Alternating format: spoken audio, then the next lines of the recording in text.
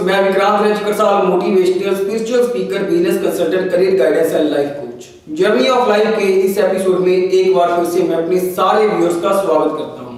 जैसे कि हमने पिछले एपिसोड में बात की थी लाइफ लिविंग स्किल्स के ऊपर कि हमें अपने जीवन को अच्छे से जीने के लिए बेहतर स्किल्स अडॉप्ट करनी चाहिए और अपनी स्किल्स को और डेवलप करना चाहिए ताकि हम हर फील्ड में ग्रो कर सकें, चाहे वो सेल्स हो, चाहे वो मार्केटिंग हो, चाहे वो प्रोडक्शन हो, चाहे वो आप जॉब कर रहे हैं, चाहे बिजनेस कर रहे हैं। तो अगर आपके स्किल्स बेहतर होंगे और डेवलप होंगे और आप में उसको सीखने की इच्छा होगी और उनको और इम्प्रूव करने की इच्छा होगी तो आप हर स्ट्रीम में एक अच्छा मुकाम हासिल कर पाएंगे। दो तरह की कम्युनिकेशन होती है, एक होती है वर्बल, एक होती है नॉन वर्बल। वर्बल में हम बात करेंगे ओरल कम्युनिकेशन और रिटन कम्युनिकेशन की। अब ओरल में क्या है, जब कोई इंसान अपने शब्दों के जरिए अपनी विचार, अपनी बातें दूसरे के सामने रखता है, वो ओरल कम्युनिकेशन का पार्ट है। अब इसमें हम क्या देखते हैं, मीटिंग। जब एक मीटिंग हो रही होती है जिसमें 4 से 5, 10 बंदे बैठ के किसी टॉपिक के ऊपर डिस्कशन कर रहे होते हैं, वो अपने विचार रख रहे होते हैं, तो वहां पे भी हम ओरल कम्युनिकेशन का यूज कर रहे हैं। दूसरा आ गया स्पीच। अगर कोई इंसान किसी को कोई भाषण दे रहा है, उसके ऊपर बता रहा है, उनको संबोधित कर रहा है, वो भी ओरल कम्युनिकेशन का पार्ट है। फिर बात करते हैं हम इसमें टेलीफोनिक। टेलीफोनिक में जब हम एक दूसरे के साथ फोन पे बात कर रहे होते हैं, वो भी एक ओरल कम्युनिकेशन का पार्ट है। तो दोस्तों, ओरल कम्युनिकेशन के फायदे बहुत हैं। किस तरह से फायदे हैं कि इसमें हमें रिप्लाई बड़ी जल्दी मिलती है, हम अपनी बात दूसरे के सामने अच्छे से रख पाते हैं और हमें उनको बात समझानी आसान लगती है। लेकिन इसके अलावा रिटन कम्युनिकेशन भी वर्बल कम्युनिकेशन का पार्ट है, जिसमें आता है ईमेल्स। अगर हम किसी को ईमेल कर रहे हैं, कुछ लिखकर भेज रहे हैं, उसकी रिप्लाई भी हमें जल्दी आ जाती है। दूसरा हम बात करते हैं इसमें लेटर्स। कोई चिट्ठी लिखनी है, किसी को लेटर लिखना है, उसकी भी रिप्लाई हमें ऑटोमेटिकली आ जाती है, हम उसके लिए अपनी बात समझा पाते हैं। तीसरा आ गया इसमें हम न्यूज़पेपर्स। न्यूज़पेपर भी हमारी रिटन कम्युनिकेशन का पार्ट है, जिसमें हम वर्बली लिखकर किसी को बता रहे हैं कि आज की न्यूज क्या है, जिसको देखकर हम महसूस करते हैं कि लिखने वाले ने क्या लिखना चाहिए, उसके मन के भाव हम पढ़ पाते हैं। तो दोस्तों, वर्बल में बात की ओरल और रिटन की, लेकिन सबसे बड़ी दिक्कत कहां आती है, जब हम किसी से बात कर रहे होते हैं और उसके जेस्चर्स और बॉडी लैंग्वेज को नहीं पढ़ पाते। क्योंकि अक्सर आपने देखा होगा, जब हम किसी के साथ बात कर रहे होते हैं, वो इंसान बोल कुछ और रहा होता है, उसकी बॉडी कई बार कुछ और ही प्रेजेंट कर रही होती है, जिससे हमें क्या पता लगता है, या तो वो इंसान हमारे साथ कंफर्टेबल नहीं है, या वो इंसान उस चीज के लिए प्रिपेयर नहीं है, या वो हमसे कोई चीज छुपा रहा है। इसी चीज को समझना और पकड़ना और उस बंदे को जज करना ही कम्युनिकेशन का हिस्सा है। क्योंकि अगर आप सेल्स में हो, आप कोई प्रोडक्ट सेल करने जा रहे हो और आपकी कम्युनिकेशन उतनी स्ट्रांग नहीं है, जब आपकी उस प्रोडक्ट के ऊपर कमांड नहीं है, तो आपकी बॉडी और आपके शब्द मेल नहीं खाएंगे। आपने अक्सर देखा होगा, कई बार कोई बंदा सेल के लिए जाता है, तो वो जब किसी बंदे को उस प्रोडक्ट की नॉलेज देता है, उसके बेनिफिट बता रहा होता है, तो वो खुद प्रिपेयर नहीं होता, जिसके कारण वो उस सेल को मैच्योर नहीं कर पाता। तो वर्बल कम्युनिकेशन को समझना, अडेप्ट करना और अपनी स्किल्स को इम्प्रूव करना बहुत जरूरी है अगर आप किसी भी स्ट्रीम में हो। दूसरी मैं आपसे बात करूंगा नॉन वर्बल कम्युनिकेशन की। नॉन वर्बल कम्युनिकेशन में हम बात कर रहे हैं जेस्चर्स, बॉडी लैंग्वेज के ऊपर।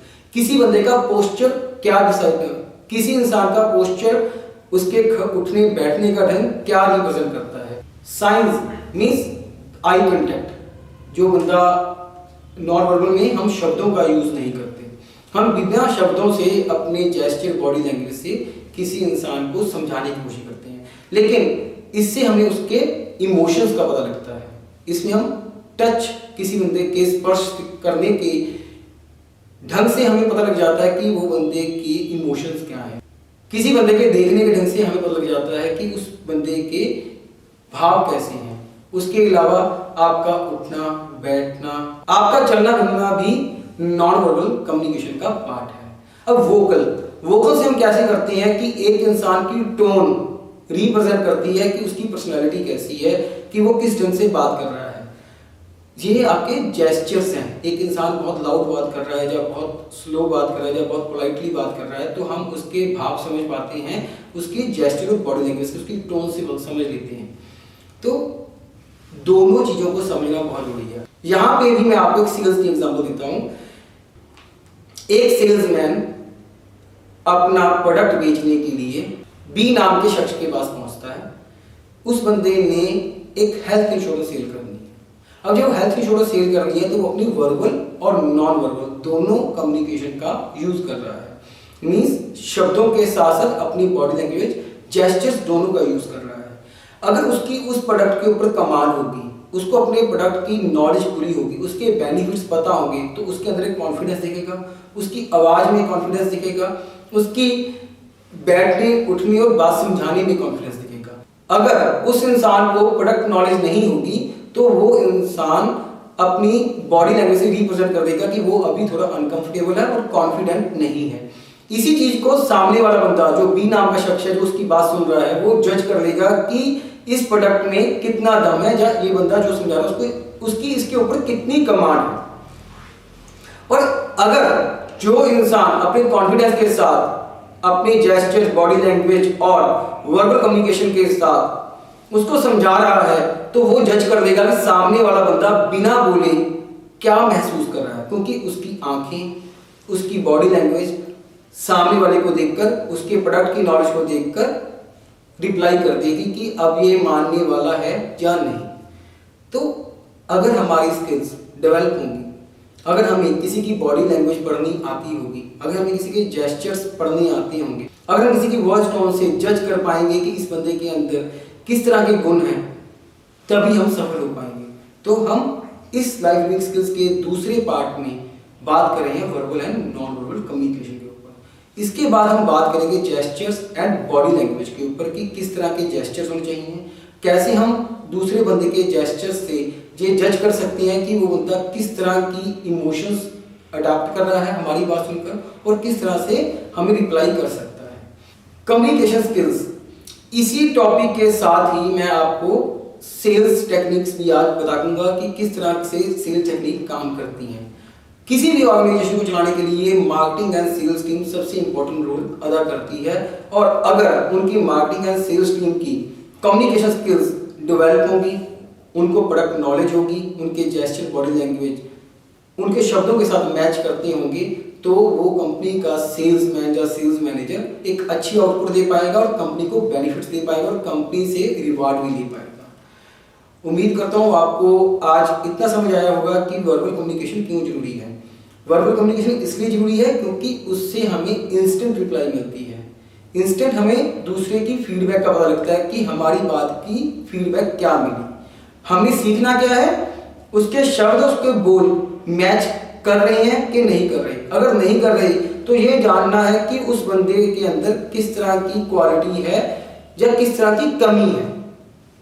दूसरी हमने बात की नॉन वर्बल कम्युनिकेशंस की, जिसमें हम शब्दों का प्रयोग नहीं कर रहे, सिर्फ अपनी बॉडी लैंग्वेज से, अपने आई कांटेक्ट से, अपने हाथों से, अपने चेहरे के हाव भाव से दूसरे को कोई बात समझाने की या समझने की कोशिश कर रहे हैं। तो लाइफ लिविंग स्किल्स के अगले एपिसोड में मैं आपसे बात करूंगा जेस्चर्स एंड बॉडी लैंग्वेज, और किस ढंग से हमें बैठना चाहिए, उठना चाहिए, किस ढंग से हमें इंटरव्यू देने के लिए जाना चाहिए, किस ढंग से हमें सेल्स करने जाना चाहिए, किस ढंग से हमें अपने बिजनेस को चलाना चाहिए, और किस ढंग से हम अपने क्लाइंट्स की इमोशंस को भी पढ़ सकते हो और उनके आउटपुट को भी पढ़ सकते हो। तो उम्मीद करता हूँ इस छोटे से टॉपिक से आपको समझ आया होगा कि verbal and non verbal communication क्यों जरूरी है और ये स्किल्स डेवलप करने क्यों जरूरी है। ये सिर्फ उन लोगों के लिए नहीं है जो सिर्फ सेल्स में है। आप किसी भी स्ट्रीम में हो, फॉर एग्जांपल आप टीचर हो, अगर आप टीचर हो और आपकी कम्युनिकेशन स्किल्स डेवलप नहीं है या आप बहुत खुलकर बात नहीं कर पाते, अपनी बात नहीं समझा पाते, तो आपके लिए सबसे ज्यादा जरूरी है इस चीज को डेवलप करना, ताकि आप बच्चों के साथ अच्छी कम्युनिकेशन बिठा सको और उन्हें उनकी बात समझा सको। अगर आप फैमिली में हैं, वहां भी आपकी कम्युनिकेशन स्किल्स डेवलप नहीं है, तो आप वहां पे भी अपनी बात दूसरे को समझा नहीं पाओगे, अपने इमोशंस उनको समझा नहीं पाओगे, ना उनके समझ पाओगे। तो वहां पे भी हमें इस स्किल्स को डेवलप करना जरूरी है, ये वहां भी आपकी हेल्प करती है। उसके अलावा अगर आप कोई बिजनेसमैन हैं और आपने अपनी बात अपने एम्प्लॉइज या अपने क्लाइंट के साथ डिस्कस करनी है, अगर आप में वो स्किल्स होंगे अच्छी कम्युनिकेशन के और आप उनको बात बता पाएंगे, समझा पाएंगे वर्बल और नॉन वर्बल कम्युनिकेशन स्किल्स के साथ, तो ही आप एक अच्छे व्यापारी बन पाओगे। तो दोस्तों ये मत समझिए कि सेल्स में ही कम्युनिकेशन स्किल्स काम आती हैं। हर जगह के ऊपर कम्युनिकेशन स्किल्स का रोल महत्वपूर्ण है, बहुत इंपॉर्टेंट रोल अदा करती है आपके जीवन में स्किल्स। उसमें सबसे पहले काम करती है कम्युनिकेशन, बातचीत, चाहे वो वर्बल हो चाहे वो नॉन वर्बल हो। तो आज इस छोटे से टॉपिक से आपको आइडिया हुआ होगा कि हमारे जीवन में इस स्किल का होना क्यों जरूरी है। क्योंकि अगर आपके बाकी स्किल्स डेवलप हैं और आपकी कम्युनिकेशन अच्छी नहीं है, आप किसी को अपनी फीलिंग्स नहीं एक्सप्रेस कर पाते, तो बाकी स्किल्स भी उतने काम नहीं करेंगे जितनी उनको करनी चाहिए। तो दोस्तों इसके साथ मैं आपको बताऊंगा कि साइकोलॉजी ऑफ सेल्स क्या होती है, वो सेल्स कितनी जरूरी है और कैसे अपनी लाइफ में ग्रो कर सकते हैं। तो अभी हम बात करेंगे sales technique and psychology of sales के ऊपर। हर इंसान चाहता है कि उसके पास बहुत ज़्यादा पैसा हो, बहुत नाम हो और उसका एक फेम हो, लेकिन स्किल्स की कमी होने के कारण हम वो चीज़ अचीव नहीं कर पाते। हर कंपनी में सेल्स टीम, मार्केटिंग टीम बहुत इंपॉर्टेंट रोल अदा करती है और हर इंसान ज़्यादा इनकम के लिए सेल्स को चूज करता है क्योंकि उसमें इंसेंटिव्स हैं, रिवार्ड्स हैं और प्रमोशन जल्दी है। लेकिन हम उसमें सक्सेस नहीं पा पाते कई बार, क्योंकि हमारी स्किल्स डेवलप नहीं होती। हमारी इच्छा होती है अच्छे रिवार्ड्स पाने की, हमारी इच्छा होती है अच्छे इंसेंटिव्स देने की, लेकिन हम उसमें अपने स्किल्स डेवलप नहीं कर पाते। तो आइए सबसे पहले जानते हैं सेल्स को सीखने से पहले साइकोलॉजी ऑफ सेल्स को समझना। I am back with new topic. So today's our topic is sales. आप चाहे बड़े व्यापारी हो, एम्प्लॉई हो, एम्प्लॉयर हो, किसी ऑर्गेनाइजेशन में काम कर रहे हो, छोटे से बड़ा कारोबार कर रहे हो, आप किसी MLM में काम कर रहे हो, मल्टी लेवल मार्केटिंग में, आप किसी इंश्योरेंस कंपनी में काम कर रहे हो, बैंकिंग में हो या किसी अदर डिपार्टमेंट में हो, तो सेल्स सबसे बड़ा मुख्य रोल अदा करता है। सेल्स के बिना कोई भी कंपनी अपना टारगेट, अपनी ग्रोथ नहीं कर सकती। तो सेल्स सबसे इंपॉर्टेंट है हर ऑर्गेनाइजेशन के लिए, हर डिपार्टमेंट के लिए आगे ग्रोथ के लिए। तो दोस्तों आज हम बात करेंगे साइकोलॉजी ऑफ सेल्स के ऊपर। Marketing skills, marketing strategies, sales strategies को जानने से पहले हमें जानना जरूरी है साइकोलॉजी ऑफ सेल्स। इसके ऊपर हम कभी नहीं सोचते कि सेल्स की साइकोलॉजी को हम जानें। What is psychology? तो आज मैं आपके साथ वो 6 पॉइंट डिस्कस करूंगा जो आपके लिए बहुत इफेक्टिव होंगे और उसको अगर आप अपनी लाइफ में अप्लाई करते हो, अपने बिजनेस में अप्लाई करते हो और अपने करियर में अप्लाई करते हो और आप मार्केटिंग में, सेल्स में अपने टारगेट अचीव करना चाहते हो और एक अच्छा इंसेंटिव, अच्छी ग्रोथ चाहते हो, अच्छी इनकम चाहते हो, तो ये 6 पॉइंट आपके लिए सबसे ज्यादा है। तो सबसे पहले हम बात करेंगे साइकोलॉजी ऑफ सेल्स में। whatever you are a company, general manager of marketing sales, you are a manager of sales, you are an executive, you are an agent. If you are hiring anyone in a sales department, so you should understand the psychology of salesperson for sales. हम अक्सर क्या करते हैं कि हम कोई employ appoint करते हैं सेल्स डिपार्टमेंट में, लेकिन हम उसकी साइकोलॉजी स्टडी नहीं करते। रीजन हमें ये लगता है कि सेल्स करना सबसे आसान है। नहीं भाई, सेल्स करना आसान नहीं है। सेल्स करने के लिए आपके पास एक अच्छी टेक्निक होना बहुत जरूरी है, एक अच्छा प्लेटफॉर्म होना बहुत जरूरी है और एक क्रिएटिव माइंड होना बहुत जरूरी है, तभी आप सेल्स में अच्छे हो पाओगे।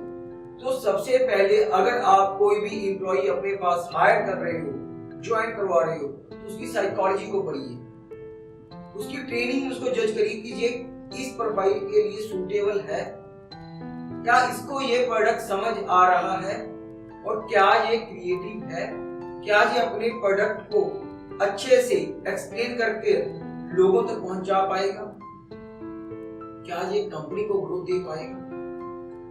तो psychology is the first step to appoint a sales person for sale. किसी बंदे ने ग्रेजुएशन की नॉर्मल आर्ट्स में, उसको सेल्स की कोई क्वालिफिकेशन, कोई उसके पास नॉलेज नहीं है, आप उसको अपॉइंट करते हो और उससे अच्छे रिजल्ट की उम्मीद करते हो, लेकिन अगर वो सेल्स के लिए बना ही नहीं है तो वो सिर्फ कंपनी का, अपना और अपने सीनियर्स का सिर्फ टाइम खराब करेगा और कुछ नहीं करेगा। तो फर्स्ट स्टेप, आपने अगर कोई भी एजेंट हायर करना है, अगर कोई ब्रांच मैनेजर आगे सेल्स मैनेजर अपॉइंट करता है और सेल्स मैनेजर आगे एजेंट हायर करता है, या एमएलएम कंपनी में हम अपनी चेन को जोड़ने के लिए अपने साथ आगे टीम जोड़ते हैं, तो सबसे पहले उस इंसान को समझें जिसको आप अपॉइंट करने के बारे में सोचो। Second step, sales person should understand the psychology of market trends. अब आपने जो सेल्स पर्सन हायर किया है, अब उसकी ड्यूटी क्या बनती है कि वो बंदा सबसे पहले वो मार्केट, जिस कैटेगरी में वो काम कर रहा है, जिस एरिया में वो काम करेगा, उसको अंडरस्टैंड करेगा कि उस एरिया में किस तरह के लोग ज्यादा रहते हैं, कितने ज्यादा बिजनेस क्लास रहते हैं, कितने ज्यादा जॉब वाले बंदे हैं और कितने ज्यादा स्टूडेंट्स वहां पर हैं, कितने बच्चे बाहर से वहां पढ़ने आते हैं, किस तरह का लोगों का ट्रेंड है, किस तरह का लोगों का रहना सहना है, ये चीजें वो सबसे पहले सर्च करें। अगर आप इंश्योरेंस सेल कर रहे हो तो सबसे पहले ये जानना जरूरी है कि वहां के लोगों की पेइंग कैपेसिटी क्या है। दूसरा ये जानना जरूरी है कि लोगों का टेस्ट क्या है, वो किस तरह की इंश्योरेंस को लाइक करेंगे, क्योंकि इंश्योरेंस में कई तरह के प्लान होते हैं, तो उन लोगों के लिए कौन सा प्लान ज्यादा सूटेबल रहेगा। अगर आप एमएलएम कंपनी में काम कर रहे हो, किसी भी हेल्थ प्रोडक्ट के ऊपर काम कर रहे हो एमएलएम में, तो ये देखना जरूरी है कि उस एरिया में कितने परसेंट लोग अपने लिए हेल्थ कॉन्शियस है। ये आप कैसे पता लगाओगे? वहां के जिम इंस्ट्रक्टर से, वहां पे कितने जिम है, कितने हेल्थ क्लब है और कितने लोग जिमिंग करते हैं, कितने लोग वहां पे एक्सरसाइज के लिए जाते हैं। तो इससे आपको आइडिया होगा कि कितने लोग हेल्थ कॉन्शियस हैं और उनको किस तरह से प्रोडक्ट सेल किया जा सकता है। तो फर्स्ट ऑफ ऑल, ट्रेंडिंग क्या है, मार्केट एरिया कैसा है, इसको स्टडी करना बहुत जरूरी है अगर आप अपनी सेल का टारगेट अचीव करना चाहते हो। तो सेकंड, सेल्स पर्सन की ड्यूटी बनती है कि वो वहां की साइकोलॉजी संभाले, वहां की साइकोलॉजी को समझे कि मैं कैसे यहाँ पे अपने प्रोडक्ट को सेल कर पाऊंगा और किन तरह के लोगों के साथ मेरी डीलिंग। थर्ड पॉइंट हम बात करेंगे, understand the psychology of competitive products, its pros and cons, उसके बेनिफिट क्या है, नुकसान क्या है, and how I can create और impact of my own product. मैं अपने प्रोडक्ट को उस मार्केट में कैसे लॉन्च कर सकता हूँ, कैसे अच्छे से बेहतर से बेच सकता हूँ अगर मुझे अपनी कॉम्पिटिटिव प्रोडक्ट का पता होगा। फॉर एग्जांपल, आप अगर किसी एमएलएम कंपनी में काम करते हो, हेल्थ प्रोडक्ट्स के ऊपर काम करते हो, बहुत सारी एमएलएम कंपनीज काम करती है, सब कंपनी अपनी स्ट्रेटजीज, अपने बेनिफिट्स लेकर मार्केट में आती है, लेकिन हमें यह स्टडी करना है कि उस कंपनी के प्रोडक्ट में क्या क्वालिटी है जो हमारे पास नहीं है, और उस कंपनी में के प्रोडक्ट में ऐसी कौन सी कमी है जो हमारे प्रोडक्ट में वो कमी नहीं है। फॉर एग्जांपल, एक हेल्थ प्लान है, उस हेल्थ प्लान के एग्जांपल लेके चलता हूं कि दो कंपनियां हैं। एक कंपनी आपको हेल्थ प्लान देती है जिसमें वो कहती है कि कोविड-19 आपका 1 महीने के बाद कवर होगा, और दूसरी आपको कहती है कि उसमें कोविड-19 आपका पहले दिन से कवर है।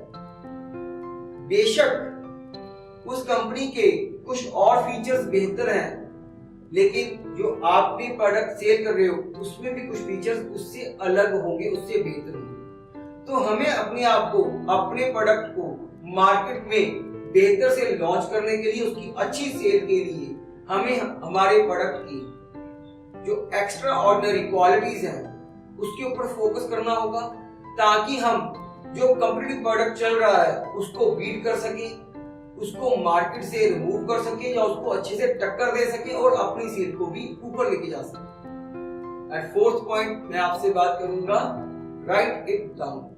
अब क्या है कि हम सर्वे करते हैं, हर सेल्स पर्सन सर्वे करता है, रिसर्च करता है अपने प्रोडक्ट को लेकर लोगों को बताता है, समझाता है, उसकी जानकारी देता है, लेकिन उसको नोट करना बहुत जरूरी है। अगर आप अपनी स्टोरी क्रिएट करेंगे कि ए प्रोडक्ट, ए नाम का प्रोडक्ट ये क्वालिटी के साथ मार्केट में आता है और आप बी प्रोडक्ट सेल कर रहे हो, बी नाम का प्रोडक्ट आप सेल कर रहे हो, उसमें ये खूबियां तो हैं, लेकिन ए के मुकाबले इससे ज्यादा बेहतर क्वालिटी भी आप प्रोवाइड कर रहे हो, लेकिन जो ए नाम का प्रोडक्ट है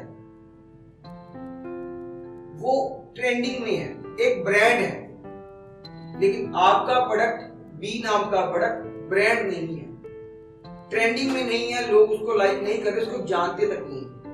तो आपको एक स्टोरी क्रिएट करनी होगी ट्रेंडिंग प्रोडक्ट और ब्रांड को टक्कर देने के लिए कि उसमें ये क्वालिटीज हैं, उसमें ये कमियां हैं, उसके कंपैरेटिवली मेरे प्रोडक्ट में ये क्वालिटी है और जो उसमें कमियां हैं वो कमियां हमारे प्रोडक्ट में नहीं है, और उसके अलावा हमारा प्रोडक्ट उस प्रोडक्ट के मुकाबले ज्यादा बेनिफिट्स देगा जो उसमें नहीं है। तो उसकी रिगार्डिंग स्टोरी क्रिएट करेंगे और उस पंच लाइन के ऊपर आप अपने प्रोडक्ट की प्रमोशन, सेल और ब्रांडिंग शुरू करेंगे ताकि आप अच्छी आउटपुट दे सकें। The fifth point is understand the psychology of top rated brands and its products. सबसे पहले हमें ये जानना जरूरी है कि जो हमारे कंपटीटर हैं और जो मार्केट में टॉप रेटेड ब्रांड्स हैं जिसके ऊपर लोग ट्रस्ट करते हैं, वो किस साइकोलॉजी के साथ बेस्ड हैं, किस तरह लोगों के इमोशंस को पकड़ते हैं, किस तरह से वो एक हेल्दियर एडवर्टाइजमेंट करते हैं, और उनके जो सेल्स पर्सन है, जो सेल्स रिप्रेजेंटेटिव्स हैं, वो किस तरह की टेक्निक यूज करते हैं। अक्सर हम जब मार्केट में काम करते हैं तो हमारे कंपटीटर भी मार्केट में काम कर रहे हैं, तो अक्सर हमारी उनसे मुलाकात होती है, हम उनको मिलते भी हैं, देखते भी हैं और कई बार हमारी उनसे बातचीत भी होती है। तो हमें ये जानना जरूरी है कि जो आपका कॉम्पिटिटिव ब्रांड है या जो आपका टॉप रेटेड सेलिंग ब्रांड है, उसके जो सेल्स पर्सन है वो ऐसी कौन सी टेक्निक यूज करते हैं और जिससे उनकी सेल ज्यादा इफेक्टिव है। तो उनसे बातचीत करिए, उनसे जानने की कोशिश करिए कि वो लोग ऐसी कौन सी टेक्निक को फॉलो करते हैं। दो तरह की एमएलए कंपनी काम करती हैं एक ही मार्केट में, सेम प्रोडक्ट सेम फीचर्स के साथ, लेकिन एक MLM company, multi level marketing company, बहुत अच्छी टीम जोड़ रही है, वहीं दूसरी उस मुकाबले की सर्विस नहीं दे पा रही या उस मुकाबले की सेल नहीं कर पा रही। तो कहीं तो कमी होगी। जब एक ही प्रोडक्ट दो कंपनियां सेल कर रही हैं और एक कंपनी बहुत अच्छे से सेल कर रही है और दूसरी नहीं कर पा रही, तो जो नहीं कर पा रही या उसके सेल्स रिप्रेजेंटेटिव में कहीं कमी होगी, जो उस कंपनी के प्रोडक्ट में कहीं होगी। तो हमें साइकोलॉजी जानना जरूरी है उस टॉप रेटेड ब्रांड की और उसके सेल्स रिप्रेजेंटेटिव की, ताकि आप अपने बिजनेस की ग्रोथ कर सकें, अपनी सेल की ग्रोथ कर सकें, अपना टारगेट अचीव कर सकें। तो राइट इट डाउन, सेम जो सीखते हैं उसको अपनी बुक में नोट करें और उसके रिलेटेड स्टोरी बनाएं, एक स्क्रिप्टिंग तैयार करें अपने खुद की, एक कंपनी मार्केट की पूरी पहचान करें। अक्सर हम क्या करते हैं कि अब हम काम कर रहे होते हैं, सेल्स कर रहे होते हैं, सिर्फ सेल्स कर रहे होते हैं, कई बार हमें हमारे प्रोडक्ट के ऊपर भी ट्रस्ट नहीं होता और जिस कंपनी में हम काम कर रहे थे हमें उस कंपनी पे भी ट्रस्ट नहीं होता, जिसके कारण हम आउटपुट नहीं दे पाते, रिजल्ट्स नहीं दे पाते, वो सेल्स नहीं कर पाते। वहीं दूसरी कंपनी अपने एम्प्लॉइज को ट्रस्ट पैदा करती है, अपने एम्प्लॉइज को सेलिंग स्किल्स के बीच में ये भी सिखाती है कि दिस इज योर ब्रांड, जिससे उनके अंदर एक एनर्जी और एक इंटरेस्ट और ट्रस्ट पैदा होता है। सो दोस्तों, अगर आप भी अपनी सेल की ग्रोथ करना चाहते हैं तो अपने कंपटीटर, अपने टॉप रेटेड ब्रांड के जो सेल्स पर्सन है उनसे मुलाकात करिए, उनसे टेक्निक जानने की कोशिश करिए जो कि सबसे बेस्ट होगी। 6th पॉइंट जो लास्ट में आपसे बात करूंगा, last point, don't call on this hour. For this time. अब आप कहेंगे थोड़ा सा अटपटा सा हेडिंग है, लेकिन नहीं, आप अपनी ऑडियंस के बारे में जानिए कि आपकी जो ऑडियंस है, जो आपकी क्लाइंटेज है, वो किस तरह की है। आपके पास डाटाबेस पहुंचता है कॉलिंग के लिए, अपनी क्लाइंट को अप्रोच करने के लिए, तो हम ज्यादातर क्या करते हैं, वो डाटे को बिना जाने पहचाने, बिना उसकी छानबीन किए कॉलिंग स्टार्ट कर देते हैं, जिसके कारण क्या होता है, या तो हमें अच्छा रिस्पांस नहीं आता और या लोग फोन ही पिक नहीं करते। सबसे पहले अपनी ऑडियंस का इंटरेस्ट देखें और जो आपका प्रोडक्ट है उस प्रोडक्ट के अकॉर्डिंग उस डाटे के सेगमेंट को देखें कि डाटा किस सेगमेंट से है, ये किस तरह के लोगों का डाटा है, क्या ये बिजनेसमैन का डाटा है, क्या ये स्टूडेंट्स का है, क्या ये जॉब पर्सन का है, क्या ये हाउसवाइफ का डाटा है, किस एज फैक्टर का डाटा है और किस तरह के एरिया का डाटा। कॉलिंग से पहले जब आपको डाटा प्रोवाइड हो, आपके पास डाटाबेस आए, तो ये पहले ध्यान में रखिए आप किस प्रोडक्ट के लिए कॉल कर रहे हो और किस डाटे पे। अदरवाइज आपको पॉजिटिव रिस्पॉन्स नहीं मिलेगा। तो फर्स्ट ऑफ ऑल साइकोलॉजी को देखें कि जो डाटाबेस है वो किस साइकोलॉजी के साथ है, क्या आपके प्रोडक्ट के कंपैटिबल है और नहीं। आप अपने प्रोडक्ट को कैसे मार्केट में अच्छा बेच सकते हो और कैसे अच्छे सेल्स पर्सन बनकर अच्छा इंसेंटिव कमा सकते हो और अपनी ग्रोथ कर सकते हो। तो ये जो 6 पॉइंट मैंने आपसे आज डिस्कस किए, 6 पॉइंट आपके लिए सबसे ज्यादा इंपॉर्टेंट है सेलिंग करने के लिए।